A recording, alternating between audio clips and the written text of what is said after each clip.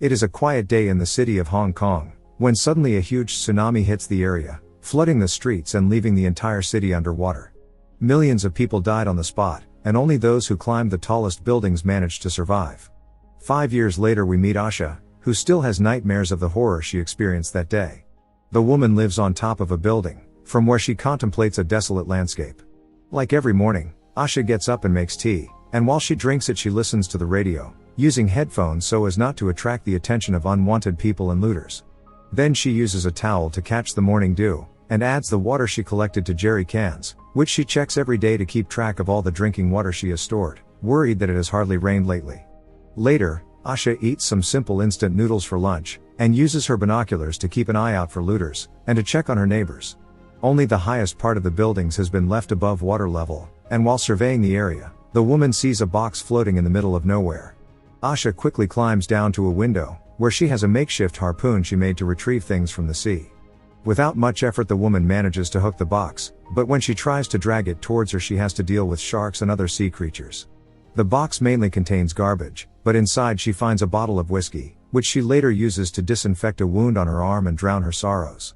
In the afternoon, the woman continues with her daily routine, and we can see how she has all her things hidden in different parts of the building, so that if any looters come to steal from her, they are unlikely to find and take everything.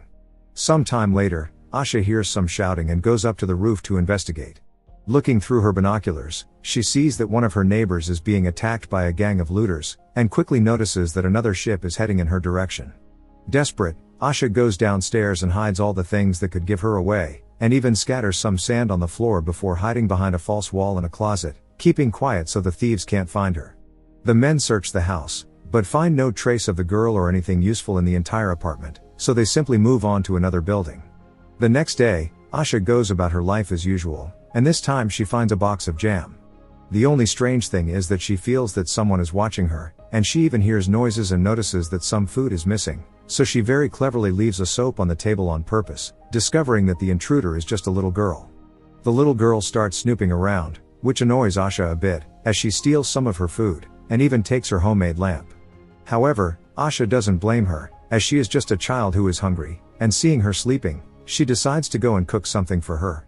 While preparing the food, the woman has some memories of her sister, who also used to take her things without her permission.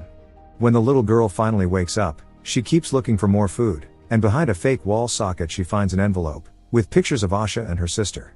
At that moment the woman sees her, and the little girl runs out, giving Asha time to hide the photos again. Then, Asha returns to the kitchen, and while preparing the noodles she remembers the night of her sister's birthday. As a birthday present, her parents gave her the family necklace, which made Asha very angry, as by custom it is always given to the first daughter. This made Asha and her parents argue, and at that moment we return to the present, where we see that it is now Asha who wears the necklace. When the meal is finished, the little girl ignores her completely, so Asha leaves her some and leaves. The little girl eats everything, and it doesn't take her long to notice that Asha also left her a mattress to make her comfortable, but she decides not to use it. The next morning, she returns everything she stole, and Asha prepares 2 servings of noodles which they eat together on the rooftop. The little copies everything Asha does, and the two have a lot of fun, making her remember how good life used to be in the past. As time goes by, the two grow to trust each other, and one night the girl goes to Asha's room to sleep, telling her that her name is Hey Hey, and that she misses her mother very much. However, she tells her that she hopes to see her soon, as she is building a boat to go with her. After another night full of nightmares, Asha goes with Hey Hey to the rooftop to start her day, but when she is careless, the little girl removes the tape Asha put on the lock of the door, which locks them in. However, the little girl tells her that her mother taught her how to force doors, so with the help of a wire she opens it again. Later, Asha is surprised to discover that she doesn't have her necklace, but she forgets when she hears a ship outside and sees that the looters are back. The woman quickly goes to Hey Hey, and asks her to stay quietly until they leave. Later, while washing her hair, Asha asks her if she took her necklace without permission, but Hey Hey says no and runs away, offended by the accusation. The next day, Asha wakes up from a horrible nightmare and for a second mistakes Hey Hey for her sister. When she wakes up, she explains to her how electricity works in the building, and the little girl takes the opportunity to ask what is behind a door that has always been locked. Asha tells her to ignore it, as that room has a horrible smell, and quickly tries to change the subject. At that moment, another memory comes to her mind, where she hears on the news a typhoon warning for neighboring countries. That same day, The TV was showing the total destruction of Singapore due to flooding, and a red alert for her city, but her mother is very traditional and turns off the TV, telling her to stop being distracted and that it's time to eat. Her relationship with her parents was getting worse and worse, she felt trapped, so after a strong argument, Asha made the decision to leave home to go live with her boyfriend. Back in the present, Hei Hei is with the radio and suddenly hears the announcement of a shelter. Excitedly, the little girl goes to tell Asha about it, saying that they have food and a safe place for the survivors, but the woman says that they are not going anywhere since it is not safe out there, and tells her that when she tried to leave, the situation she experienced was so bad that she had to return. The next day it finally rains in the city, and the two spend the whole morning collecting water. After a while working, Hei Hei sees Asha's necklace fallen on the ground, but decides not to give it to her so as not to look like a thief. Instead, she leaves it on the bed, and when Asha goes to sleep she notices the necklace under the pillow, realizing that the chain is broken, and guessing that this is why it fell off her neck. Feeling bad about how she treated Hei Hei, the woman apologizes, and decides to finish building the raft that the little girl wanted so badly. Hei Hei is delighted, and Asha flashes back to the night she argued with her family. The woman was running away from her parents' house, and her sister was after her, to reveal that she left the necklace in her jacket, but at that moment the streets turn into chaos when a huge tsunami hits the city and everyone starts to run. In the present, Asha decides to give Hei Hei her necklace as a gift, and eventually they prepare the necessary supplies to escape on the raft. Hei Hei was listening to music as they finish the preparations, and at that moment she accidentally unplugs the headphones, causing the music to blare out of the speakers. Asha runs to turn it off, but they soon hear the looters coming towards them, so they quickly hide anything that might give them away, and the woman hides Hei Hei in the false wall behind the closet. Since there is not enough room for the two of them, Asha runs to hide in the smelly room, just before the looters enter the building. Asha covers her nose, and soon after she sees several pictures of her family, as this used to be her parents' apartment. This time, the looters go through everything violently, destroying everything in their path and even finding the raft.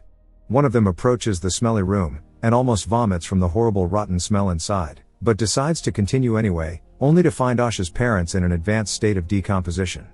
The others steal their food and even find their photos, and while rummaging through the closet one of them notices something strange, and upon moving the wood at the bottom they find Hei Hei.